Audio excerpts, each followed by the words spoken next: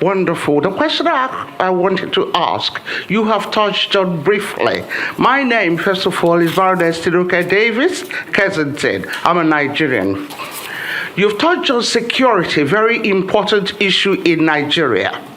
But you've not told us how you're going to manage this. We'd like you to tell us how you will manage security in Nigeria. And second part of my question, there's loads of kidnapping of women and girls in Nigeria, rape of our young children in Nigeria. Can you tell us, Your Excellency? Hello everyone. Nigeria. Wala deo. Nigerians, so now see the way I tire. I be like person with a pour cold water for your body. This video I want to show now. Well, good evening, good day according to your time, and hope you guys are doing well. Please, if you have seen my channel or my page for the first time, don't forget to subscribe to my channel, click on the notification button, don't forget to like my page, and also turns up that like. This video I'm about to show you is the first video I brought to you before, but this time around, you will listen to the real question, like the question this lady was asking this Mr. Tinbu. So please. My name, first of all, is Baroness Tinubu Davis Kensington. I'm a Nigerian. You've touched on security, very important issue in Nigeria. But you've not told us how you're going to manage this. We'd like you to tell us how you will manage security in Nigeria. And second part of my question, there's loads of kidnapping of women and girls in Nigeria, rape of our young children in Nigeria. Can you tell us, Your Excellency, how this will be managed? Thank you. Let me once demonstrate here. One of those philosophers I wanted doctrine that I believe firmly in is teamship. Unbreakable team. Let me quickly explain this part to you. Waiting be team. You don't get waiting one talk. Now they tell them waiting in go do. You don't get waiting one talk. Oh.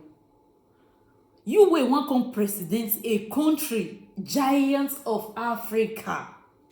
At the end of the day, now they tell you waiting you go talk. More than the year now. Una go see him for the video. When he assigned the question where they give him, he assign and give another person. Now Nigeria, now this one for they happen. Nigerians, somebody wrote on my platform some time ago saying, it does not matter who is the person, it does not matter if he has my grandfather age, it does not matter. Make more they shame for themselves. Nigerians they die for Libya, as rain they fall. It don't matter who now na grandfather do, now na do. The same thing what na papa do we be say no favor now na don't stay assign for na own future. And for the innocent children what na want, but I beg una. If una don't ready what na want take Nigeria so na want, more na not the born children again, more na not they put them for suffer. No need whether una take they run they come Europe if na so. Because if this is Nigeria good, at least people who don't stay here for 30 years, like woman who talk now say she have been in UK for 40 years. You still say she know they miss her people for house. Make she come Nigeria, make they come put rest in peace for her enemy head. Una know they think. All the poverty, give me make a shop, una go see who buy cloth, una one shop for them, una know they tire to take they do elemosina. Una know they tire where big mature graduates Nigeria go come they do waiting that they call shorty for Europe. Una know they shame. A graduate go come they work for fabrica, go come they do carton. If you even see, una know they shame. The country where we they run, they cannot be said they build and not be they accommodate us. Una go just carry una sense, some of una sense, una put them for una leg, now until they waka if they break. Una know they think at all. Una no even get common sense where they say common. You know common. It is very, very scarce. Listen to the person that's going to like manage Nigeria. It cannot even answer a simple questions. Simple question, one go ask one pikin today, go tell una wetin be Nigeria problem. He cannot. That by the side. How many times when Europe go they do their own politics thing, or any country like France, Denmark, Spain, Switzerland, Germany, Italy, Greece, they don't ever invite anybody from Nigeria to come and interfere, or Africa people to come and interfere. The only African man that was be able to step his foot into the Italian parliament, he has been in a big, like he just put himself a big garment of trouble. That's what he put himself. And the man has been really, they are hunting him up and down for more than 2 weeks. Una deft. That kind of talent we get them for Africa, all of them, they run, they come. And that man take in Italy, na Mediterranean, he don't sleep for streets. If you reach there, na Italian people, you know what they say? Semipoti su, poimi la shakadere. They carry and go up, now they leave him. Now the man fall for Grand Jakarta. Mona look this video, I bet Mona they talk truths. Some of you now get problem, mental problem, no. How this will be managed. Thank you. Let me once demonstrate here. One of those philosophers I wanted doctrine that I believe firmly in is teamship. Unbreakable team. To demonstrate that, I will choose the first question, assign it to Dele Alake. Okay. And the second question, assigned to Nasiru El-Rufai. Security has been a big issue in Nigeria in the last few years, and that has affected not only rural economies, but agricultural production, commerce, and everything else. The Bola Tinbu administration will address these challenges, or whatever remains of it, after the efforts of this administration in at least 3 ways. First, policing. Nigeria has about 300,000 policemen for a population of over 200 million. We need at least twice that number. That will be achieved by amending the Constitution so that policing can be at federal, state, and even at community levels. Okay, we're having another round of questions. So I start with the lady there. You, yes? Voloma Mariam Adewale, Nigerian in diaspora of over 40 years. I know we have remittances over 30 billion remitted to Nigeria from worldwide every year. And I do appreciate that the leaders, they do come every electoral cycle to speak to us in diaspora, but we can't vote. Is there any plans you have, sir, with regards to diaspora voting? I think it was El-Rufai last night that mentioned that diaspora voters are entitled to voting. If you make contribution to the economy with remittances that you have been making, your right to vote should not be abrogated, but promoted. However, we are still building confidence in our democratic and voting system. INEC is still yet to assure us during this election that electronic transmission, the technology being used for accreditation, and the total vote count is reliable, dependable, and assuring in our democratic process before we introduce a complicated element of mail-in ballots and so on. Thank you. My name is Priscilla Winkbo. I'm a freelance broadcast journalist.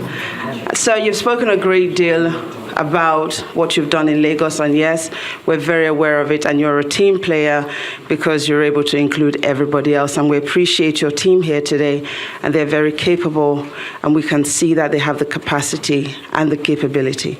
However, sir, you are running for president, and as Nigerians, we would very much like to hear from you because we believe the office of the president, if voted in, will be you and not your team per se.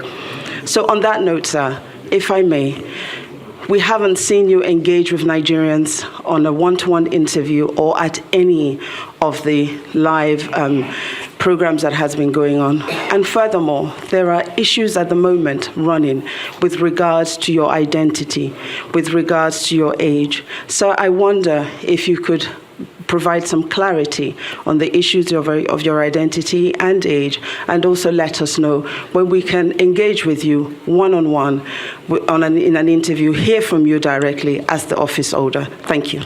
Thank you very much for the question. It's inquisitive. But at the time of birth, I was dated March 29, 1952, and the family record. I didn't think then, that day, I've determined to be, or decided to be, a president of the Federal Republic of Nigeria. Not even that I'll go to politics. I've a very good exposure in life. My record is consistent. And the school and the university, they question, they now convinced that they wasted their money and their time.